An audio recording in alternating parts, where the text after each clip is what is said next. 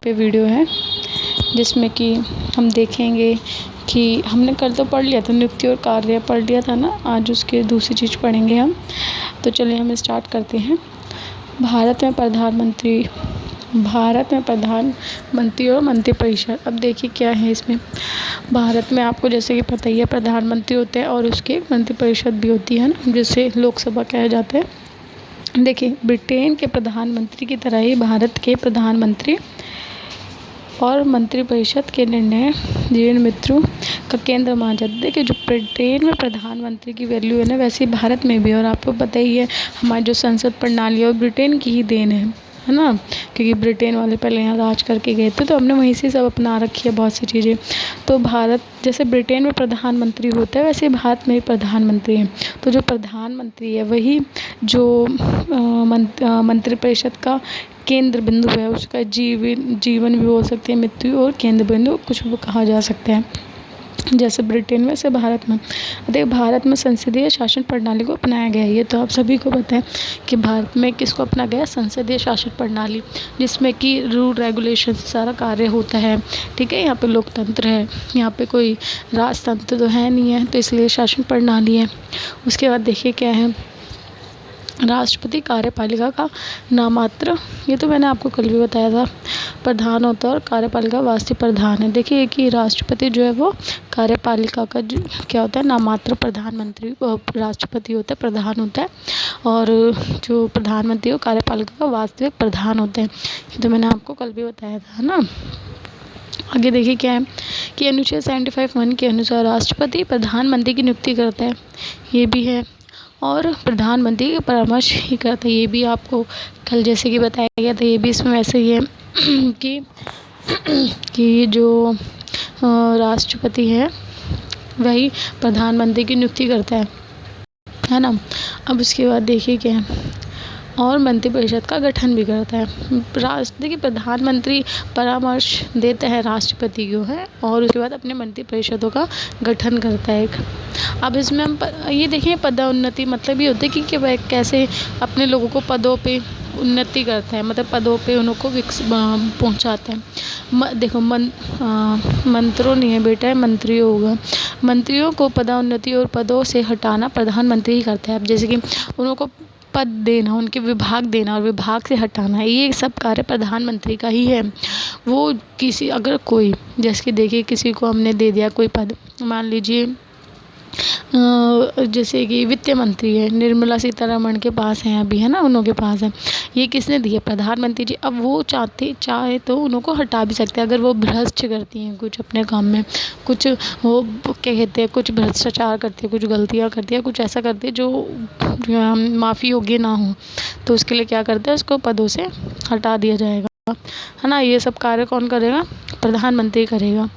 ठीक है, प्रधानमंत्री को सदैव संवैधानिक रूप से बहुशक्तियाँ प्राप्त है। तो आपको पता चली गया होगा पार्ट 1 देख के, और अब पार्ट 2 देख रहे हैं कि प्रधानमंत्री को जितनी शक्तियाँ हमारे देश में प्राप्त होती किसी को भी नहीं है, क्योंकि वही देश सरकार बनाता है, वही सबको मंत्रियों को पद देते हैं, और क्या कहते हैं, पदों से उनको, और जैसे कि पदों से हटा भी सकते हैं, तो उनके पास बहुत सारी शक्तियाँ हैं ना। और वो 5 साल की निर्वाचित भी होती हैं हमारे देश में, तो उनके पास बहुत सी शक्तियाँ हैं। तो आपको पता चल गया होगा ये सुन के।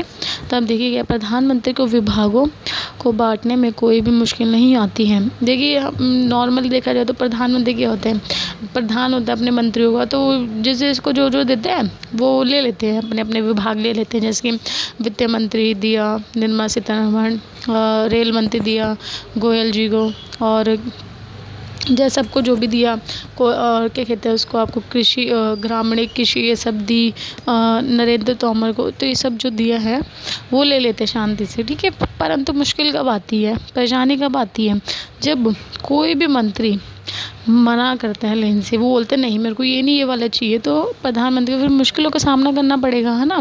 जिसकी देखिए हम पढ़ते हैं, लेकिन अगर इन सभी मंत्रियों के बीच कोई प्रतिस्पर्धी मंत्री है तो उनको विभागों में बांटने में मुश्किल आती है। अब देखिए, कोई भी मंत्री जिसके लोकसभा में कोई भी ऐसा मंत्री है जो विभागों से लेने के लिए मना करता है, और वो कुछ ज़्यादा पावरफुल है वो भी, है ना। उसके भी को बहुत ज़्यादा धौंस होती है, मतलब कि वो दूसरों को डरा धमका सकता है, डरा धमकान तो नहीं, जिसकी वो ज़्यादा पावरफुल टाइप समझ लो कि उसकी भी लोग बहुत सुनते हैं। अगर ऐसा कोई मंत्री आ जाता है उन मंत्रिपरिषद में, तो क्या होता है फिर देखिए, अब एक चीज़ होती है ना, एक ग्रुप में एक लीडर हो सकते हैं, दो तो हो नहीं सकते हैं, है ना। और अगर दो हो जाते हैं तो क्या होता है, बंटवारा करने में दिक्कत आती है, फिर वो अपनी चलाते हैं ज़्यादा। दूसरा वाला जो होगा सेकंड पावरफुल, वो भी अपने चलाएगा, वो कहेगा नहीं ये सही नहीं है, ये ठीक है ही नहीं, तो ऐसे क्या होता है, लड़ाई झगड़ा या फिर कुछ बंटवारा में दिक्कत होती है विभागों की, है ना। समझ आ गया होगा आपको इतना। उसके बाद देखिए क्या है, 1889 के आम चुनावों के बाद प्रधानमंत्री की स्थिति अब कमज़ोर हो रही है, क्योंकि गठबंधन की सरकार शुरू हो गई है। अब देखिए क्या 1887 से पहले क्या होता था कि गठबंधन नहीं होता था वहाँ पे, जैसे कि कांग्रेस पार्टी जीती है इतने सालों से, आपको पता है विजेता रही, हमारे देश पे राज किया उन्होंने, कांग्रेस पार्टी ने। तो उससे पहले बस चुनाव होते थे, जिसको ज़्यादा वोट मिलते, जिस पार्टी को जीत जाता था।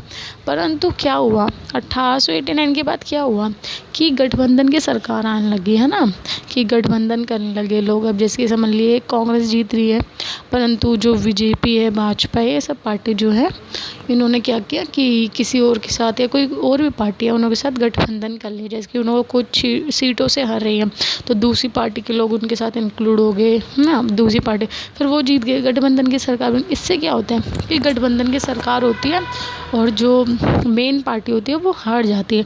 तो इससे क्या होता है कि प्रधानमंत्री की जो स्थिति थी वो कमज़ोर होती है। देखिए, जो एक सरकार बहुत सारे वोट उसको मिल रहे हैं, इसका मतलब ये है ना कि प्रधानमंत्री उस, देखिए फिर जो प्रधानमंत्री जो एक पार्टी जीत रही है और उसके बाद बहुत सारे वोट मिलते हैं, इसका मतलब वो प्रधानमंत्री जो है वो बहुत सारे वोटों से जीत रहा है और वो अच्छा प्रधानमंत्री होगा, इसलिए तो उसको वोट मिले। परंतु अब दूसरे गठबंधन कर लेंगे सरकार, तो क्या वो जो फेमस वाला प्रधानमंत्री, जो करिश्मा प्रधानमंत्री होगा, तो पीछे रह जाएगा, है ना। तो अब ये वाली सिचुएशन अब चल रही है। अभी हाल ही में आपने देखा होगा कि नरेंद्र मोदी जी की जो सरकार बनी है, तो उसके अगेंस्ट में एक गठबंधन सरकार अभी रिसेंटली बनाया, तो कांग्रेस और वासपा ये सब जो भी है वहाँ के, वो सब बनाते, परंतु वो तब भी नहीं जीत पाए, है ना। अगर वो जीत जाते तो क्या होता, गठबंधन की सरकार जो होती है वो ज़्यादा दिन का चल नहीं पाती है, क्योंकि फिर उनमें मतभेद होते हैं कि वो बोलते हैं नहीं आपने गलत बंटवारा किया विभाग का, ऐसा होना चाहिए। जैसे कि मैंने आपको बताया कि अगर एक ग्रुप में दो लीडर होते हैं तो नहीं चल पाता, अगर एक ग्रुप में एक लीडर है तो आराम से चल सकती है सब चीज़। पर गठबंधन की सरकार में क्या होता है कि एक ही ग्रुप जब बनता है, इतने सारे ग्रुपों से मिलकर एक ग्रुप, तो उसमें बहुत सारे लीडर हैं, जिसके कारण क्या होता है कि वह ज़्यादा टाइम तक चल नहीं पाती और टूट जाती है। उसके बाद देखिए क्या है, राष्ट्रपति तथा प्रधानमंत्री। अब देखिए उसकी जो शक्तियाँ हैं, नियुक्तियाँ, ये सब अब खत्म हो चुकी हैं। अब हम पढ़ रहे हैं दूसरा टॉपिक, मतलब प्रधानमंत्री में दूसरा टॉपिक है। अब जैसे कि अगर आपसे ये क्वेश्चन आता है कि प्रधानमंत्री की शक्ति, नियुक्ति, कार्य, तो आपको जो फर्स्ट वीडियो दिया और जो उसकी अभी तक की जो भी मैंने आपको समझाई, ये दोनों आप उसमें लिखेंगे, है ना। या नियुक्ति और खाली वही पूछे कार्य, प्रधानमंत्री की शक्ति, बस इतना पूछे तो वो। पर अगर आपसे दूसरा क्वेश्चन भी ऐसे आ सकता है कि राष्ट्रपति तथा प्रधानमंत्री के बारे में बताइए, फिर अभी नीचे आ गया आप और भी देखेंगे कि और भी बहुत सारी चीज़ें। तो ये आपका दूसरा टॉपिक है, राष्ट्रपति तथा प्रधानमंत्री की, इनों के बीच क्या क्या तालमेल है, कैसे कार्य को संभालते हैं, जो भी। तो हम देखते हैं, जिसके राष्ट्रपति देश का पहला नागरिक होता है। ये मैंने आपको बताया था कि भारत का या फिर किसी भी देश का कोई भी जो राष्ट्रपति होता है पहला नागरिक माना जाता है ना। फिर उसके बाद है, और वह देश के प्रमुख होते हैं। देश का प्रमुख भी राष्ट्रपति है, तो कि दे गए काम तो वो नहीं करते, परंतु उनको साइन के बगैर कोई काम भी नहीं होता है, ये भी इम्पोर्टेंट चीज़ है, ठीक है। फिर उसके बाद है, और वह कार्यपालिका का भी प्रमुख होता है। अब देखिए कार्यपालिका भी प्रमुख तो होता है राष्ट्रपति, परंतु कार्य वास्तव में प्रधानमंत्री करते हैं, है ना। देखिए फिर आगे गया, राष्ट्रपति प्रधानमंत्री के सलाह मशवरे का कार्य करते हैं। जो राष्ट्रपति की सलाह मशवरे का कार्य कौन करता है, प्रधानमंत्री करते हैं, है ना। तभी उन्हों को इस संविधान में रखा गया है और सारा काम। बस आगे देखिए क्या है, बोल रहे हैं कि भारतीय संविधान खंड 5 में अनुच्छेद 53 से 78 तक कार्यपालिका का वर्णन किया गया। कार्यपालिका किस अनुच्छेद में आपसे कभी, जैसे कि हम कंपटीशन की तैयारी करते हैं तो उसमें जब पूछ सकते हैं, वैसे तो आप तो कॉलेज के बच्चे हैं तो जिसको उसमें पूछ सकते हैं कि अगर आप ये पॉइंट लिखते भी हैं कि अनुच्छेद 73 से 78 कार्यपालिका का वर्णन है। और हाँ, एक और चीज़, जैसे कि जो सन है या अनुच्छेद अगर आप एग्ज़ाम में लिखते हैं तो उससे जो टीचर है जो चेक कर रहे हैं उसको बहुत अच्छा लगेगा, बहुत अच्छा प्रभाव पड़ता है ऐसे कि बच्चे ने ये सब लिखा है। हाँ, पर अगर याद ना हो तो गलत तो बिल्कुल नहीं लिख रहे हैं, नंबर कट जाएंगे। पर अगर आप लिखते हैं तो आपको अच्छे मार्क्स मिलते हैं इससे। तो देखिए क्या लिखा है, भारतीय संविधान खंड में 5 में अनुच्छेद 53 से 78 तक कार्यपालिका का वर्णन दे रखा है। ठीक है, आप अनुच्छेद 53 से 78 देखेंगे तो कार्यपालिका के बारे में लिख रखा है कि कैसे वो कार्य करेगी, क्या क्या उसमें होंगे। उसके बाद देखिए, संघीय कार्यपालिका में राष्ट्रपति, प्रधानमंत्री, उपराष्ट्रपति और महान्यायवादी का वर्णन है। देखिए, संघीय जो कार्यपालिका, ये कार्यपालिका का वर्णन बताया ना, इसी में आपको ये भी बता रखा है कि राष्ट्रपति के बारे में, प्रधानमंत्री के बारे में, है ना, और क्या कहते हैं, राष्ट्रपति हो गया, प्रधानमंत्री हो गया, और एक मिनट बेटा, एक मिनट, कहाँ चल, प्रधानमंत्री, राष्ट्रपति, हाँ, जैसे कि प्रधानमंत्री, राष्ट्रपति, उपराष्ट्रपति, महान्यायवादी, इन सब का वर्णन किस में कर रखा है, कार्यपालिका में कर रखा है ना। फिर उसके बाद हम देखते हैं कि 1950 से 2019 तक प्रधानमंत्री और राष्ट्रपति के विश्लेषण से यह पता लगता है कि यह पता चलता है कि यदि प्रधानमंत्री और राष्ट्रपति, एक मिनट बेटा, हाँ देखिए, मैं ये बता रही थी कि 1950 से 2019 तक प्रधानमंत्री और राष्ट्रपति के विश्लेषण से यह पता लगता है कि जो अगर उनका प्रभाव, उनका स्वभाव अगर ऐसा है, प्रभावी है, अगर वो प्रभाव डाल सकते हैं किसी पे, तो वे अपनी बात बहुत अच्छे से रख सकते हैं, है ना। जैसे कि अगर प्रधानमंत्री है, उसका प्रभाव बहुत अच्छा है, तो वे राष्ट्रपति को खाली नाम मात्र या सिग्नेचर के लिए खाली रख सकते हैं, जैसे कि रहता है वो राष्ट्रपति। अब समझ लीजिए राष्ट्रपति का प्रभाव बहुत अच्छा है तो वह अपना मतलब कि बहुत सारे क्वेश्चन पूछ सकते हैं। ठीक है, जो भी सूचियाँ, जो भी नीतियाँ लागू हो रही है, बहुत सारी अपनी बातें रख सकता है उसमें, है ना, राष्ट्रपति, अगर उसका प्रभाव ऐसा है। पर अगर ऐसे पर देखिए, जैसे कि अब राष्ट्रपति जो है उसका प्रभाव ऐसा है नहीं है, वो खाली बस सिग्नेचर करता है, चुपचाप से अपना काम करता है, तो फिर क्या होता है, फिर खाली वो बस सिग्नेचर करेगा, उसको कोई लेना देना नहीं होगा। परंतु अगर उसका प्रभाव ऐसा है कि क्या कहते हैं कि वो अपनी क्वेश्चन पूछे, अपनी बातें को रखे, तो उसका महत्व और बढ़ जाता है ना। ऐसी इसमें यही दिया गया है कि अगर राष्ट्रपति ऐसा है, प्रधानमंत्री किसी का भी स्वभाव ये प्रभावशाली है, तो वह और अच्छे से काम को कर सकते हैं। अब देखिए क्या अब ये नेक्स्ट पॉइंट है, ये वाला नेक्स्ट टॉपिक है प्रधानमंत्री, पर नेक्स्ट है देखिए प्रधानमंत्री दल, संसद। ठीक है, तो देखिए अब क्या हो रहा है, प्रधानमंत्री दल और संसद, इसमें क्या बताया गया है। अब देखिए, जैसे कि प्रधानमंत्री संसदीय लोकसभा का सदस्य होता है, मैंने आपको बताया था जैसे कि जो प्रधानमंत्री होते हैं संसदीय लोकसभा का सदस्य होते हैं। ठीक है, संसद में तो होते हैं सभाएं, 2 सदन होते हैं, लोकसभा, राज्यसभा, तो उसमें से एक का लोकसभा का जो सदस्य होते हैं प्रधानमंत्री होते हैं। उसके बाद वह अपने दल का नेता भी होते हैं, ये भी मैंने आपको बताया था कि अपने दल का जो नेता प्रधान एक ही होता है ना। फिर और इसी नाते विपक्षी पार्टी भी होती हैं जिससे सवाल उत्तर प्रश्न को देना होता है। देखिए, लोकतंत्र का मतलब क्या होता है, जिसमें 1, 2 या 2 से अधिक पार्टियाँ हो, है ना। अगर एक ही पार्टी होगी वो तो अपना कब्जा जमा लेगी, राजतंत्र होगा, जैसे कि और है, जैसे कि अब देखिए कि पहले पाकिस्तान में था राज्यतंत्र था, है ना, लोकतंत्र नहीं था। और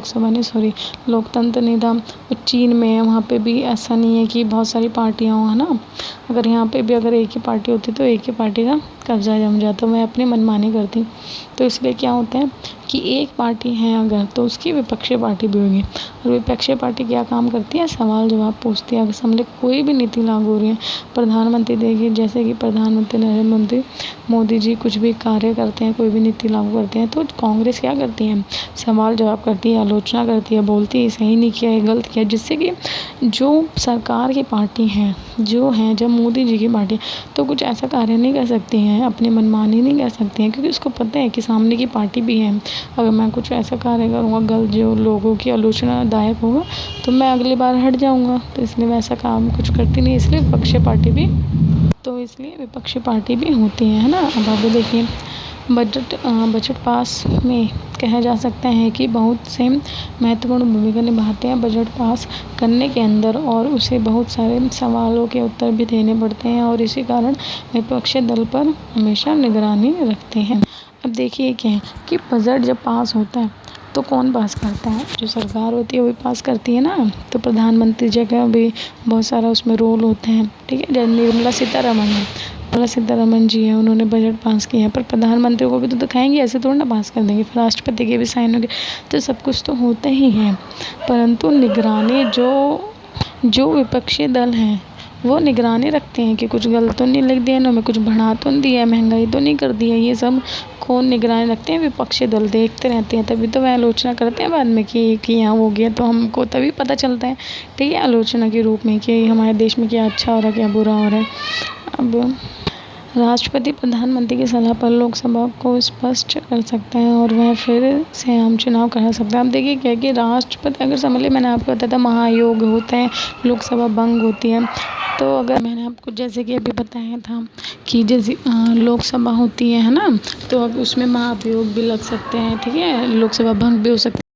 वह सब अगर जब होता है तो राष्ट्रपति करते हैं सब, ठीक है, पर राष्ट्रपति प्रधानमंत्री पूछेंगे भी तो सही कि अगर कुछ हो रहा है तो क्यों हुआ, उनसे पूछेंगे, है ना, उनकी तरफ से भी सवाल जवाब होंगे तभी। तो यही है इस लाइन में कि जो राष्ट्रपति है वो प्रधानमंत्री से सलाह लेते हैं, लोकसभा को स्पष्ट करते हैं, देखते हैं ठीक है नहीं है, कुछ गलत हो गया है तो उनसे पूछेंगे, तब जाके कुछ कार्रवाई होगी, ऐसे नहीं होता कुछ भी, है ना। उसके बाद देखिए, यदि प्रधानमंत्री लोकसभा के सदस्य बहुमत प्राप्त करते हैं तो उसे प्रधानमंत्री को पूरी शक्ति शून्य हो जाती है, जिसके कारण से आम चुनाव होते हैं और प्रधानमंत्री के लिए चुनाव किया जाता है। अब जैसे कि मैंने आपको बताया था कि लोकसभा भंग होगी या फिर लोकसभा के सदस्य उनके खिलाफ कोई प्रस्ताव पास करते हैं अपने मंत्री के विरुद्ध, प्रधानमंत्री के विरुद्ध, तो क्या होता है कि जो प्रधानमंत्री की शक्ति है शून्य बराबर हो जाएगी। एक ग्रुप है, एक ग्रुप में इतने सारे लोग हैं, उन लोगों ने ही तो एक अपने ही लीडर को बनाया, वो ग्रुप के जो मेंबर है वो ही चल जाएंगे, तो लीडर का तो कोई वैल्यू नहीं है ना, शक्ति शून्य होगी। तो यही इसमें बताया गया है। फिर उसके बाद बोलता है कि कहते हैं फिर वापस से आम चुनाव होते हैं, जो प्रधानमंत्री के लिए वापस से आम चुनाव करवाए जाते हैं बाद में, ताकि जो ये तो है नहीं कि अगर हट गया तो कोई नहीं रहेगा प्रधानमंत्री, कोई तो बनेगा ना, 6 महीने के अंदर बनना होता है, तो वो सब होता है। उसके बाद है प्रधानमंत्री और गठबंधन की राजनीति का युग। अब देखो मैंने आपको भी बताया था कि गठबंधन है, तो अभी इसका युग आ चुका है एक तरह से, क्योंकि पहले के टाइम पे तो होते थे कम, पर अब ज़्यादा होते हैं, क्योंकि एक पार्टी को नीचे गिराना होता है तो दूसरी पार्टियाँ मिलकर एक गठबंधन बना देती हैं। तो देखिए क्या है कि आज के युग में गठबंधन की सरकार अपने एकदम चरम सीमा पे मतलब बहुत ज़्यादा विकसित हो गई है, ठीक है, और गठबंधन की सरकार से प्रधानमंत्री की शक्तियाँ बहुत सी मतलब उन्हें बुरा प्रभाव पड़ गया शक्तियों पे, मैंने आपको बताया था अभी। और ये भी एक बेटा एक टॉपिक है, एक पॉइंट है ये पूरा एक, है ना, जैसे पेपर में पूछ लें कि प्रधानमंत्री गठबंधन की राजनीति, तो ये वैसे ही है। तो पूरा प्रभाव पड़ रहा है प्रधानमंत्री की शक्तियों पे, गठबंधन की सरकार आ रही है, सरकार बना रही है, जो एक पावरफुल सरकार है उसको गिरा रही है, तो इससे क्या होता है प्रधानमंत्री जो है उसकी शक्तियों पे बुरा प्रभाव पड़ रहा है, बेचारा कैसे क्या काम करेगा फिर, वो तो हमेशा ये सोचेगा अरे मेरे को अच्छे वोट नहीं मिले तो कहीं दूसरी पार्टी आके गठबंधन बना के कहीं जीत ना जाए। अब देखिए पहली बार गठबंधन सरकार कब बनी है, 1977 में 77 में बनी थी मोरारजी देसाई के टाइम पे, ठीक है। आज के टॉपिक में बहुत सारी डिस्टर्बेंस हुई होगी, शायद आपको वॉइस आई होगी बाहर के लिए, उसके लिए मैं क्षमा चाहती हूँ। और अगर आपको और इससे रिलेटेड कोई चाहिए हो टॉपिक है ना, पॉलिटिकल साइंस से, हिस्ट्री से, हिंदी से, ज्योग्राफी, मतलब जो भी आपके हैं, इन्वायरमेंट है, जो भी आपकी टॉपिक्स हैं, जो भी आपकी बुक्स हैं उनसे रिलेटेड, तो आप मेरे को कमेंट बॉक्स में लिख सकते हैं। और आज का ये टॉपिक ख़त्म हुआ, बस इतना ही पार्ट था, पार्ट 1 पार्ट 2 प्रधानमंत्री का। और आपको इसमें अगर और डिटेल में कुछ पूछना हो मुझसे तो आप मेरे को कमेंट करके बता सकते हैं, और जितने ज़्यादा कमेंट होंगे जिस टॉपिक पे, फिर मैं वही टॉपिक बनाऊंगी आगे। और प्लीज़ अगर आपको थोड़ी सी भी हेल्पफुल लगे वीडियो तो लाइक ज़रूर करिएगा, और शेयर और सब्सक्राइब कर लीजिएगा, और अपने दोस्तों को भी बताइए जो पढ़ रहे हैं, अभी फर्स्ट ईयर में है, सेकेंड ईयर में है, फाइनल ईयर में, तो उनके लिए भी हेल्पफुल हो सकती है ना। तो जितने कमेंट होंगे मैं उसके हिसाब से फिर वो टॉपिक बना लूँगी। और आपको अगर इंग्लिश की भी वीडियो चाहिए हो, इंग्लिश की फर्स्ट ईयर सेकेंड ईयर उससे रिलेटेड कोई सी भी, तो आप मेरे को बता सकते हैं, ठीक है। थैंक यू, धन्यवाद, बाय बाय स्टूडेंट।